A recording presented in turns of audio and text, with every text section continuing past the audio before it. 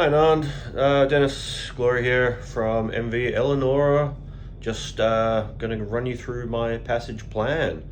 So let's go.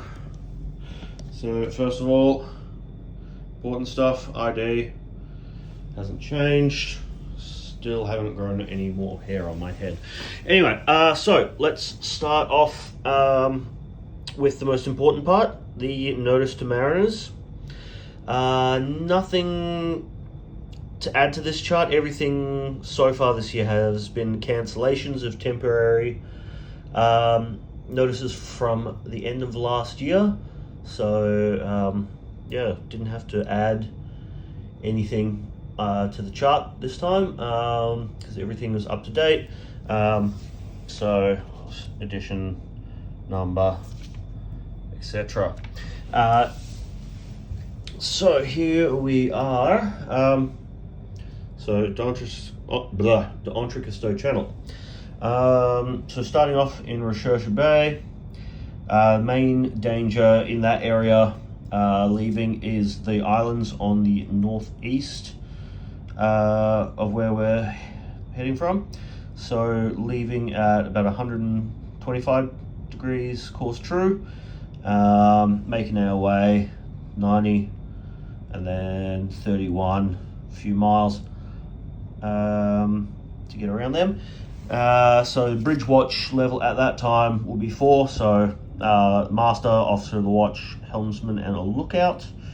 Then the master can leave the bridge for about an hour and a bit as we're heading north through fairly open water.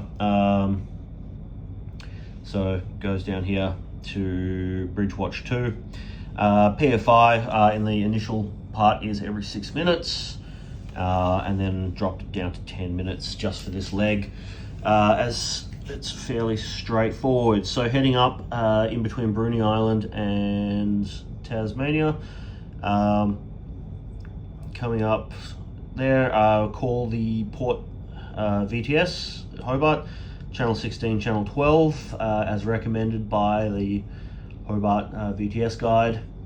Heading up here and then start coming across past Port Esperance here, and then heading up to waypoint 5 here. This point highlighted, call the master about 15 minutes before reaching waypoint 5.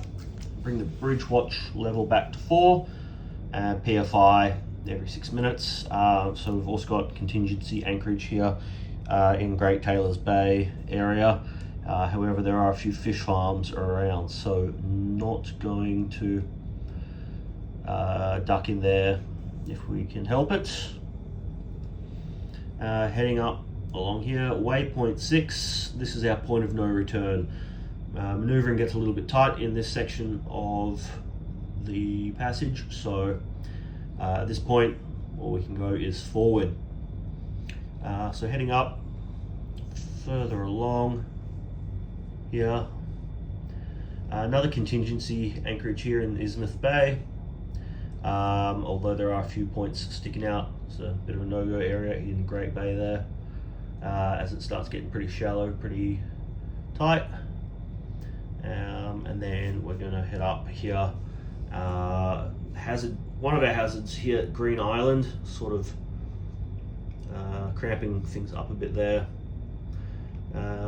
As we get up here, waypoint 9, sort of towards Kettering, it's where the Bruny Island ferry crosses.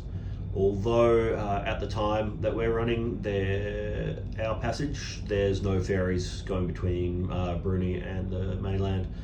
So heading up along a bit more,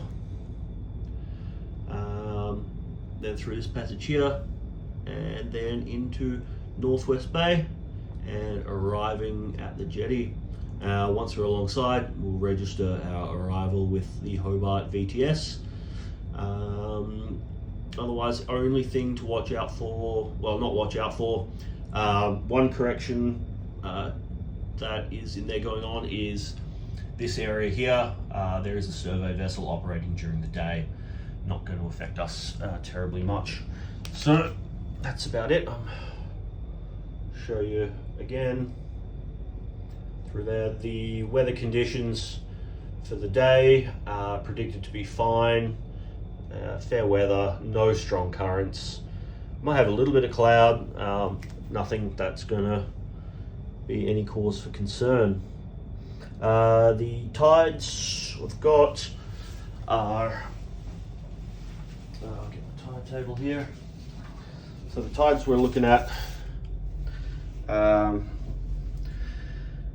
here we've got a 0.76 at the high tide on the 19th, dipping down to 0.63, and then coming back up in the morning of the 20th up to 0.79. So the tides and their predicted times, given our predicted journeying, are outlined into the actual paper passage plan, and everything will be explained in that. Otherwise, yeah, cheerio.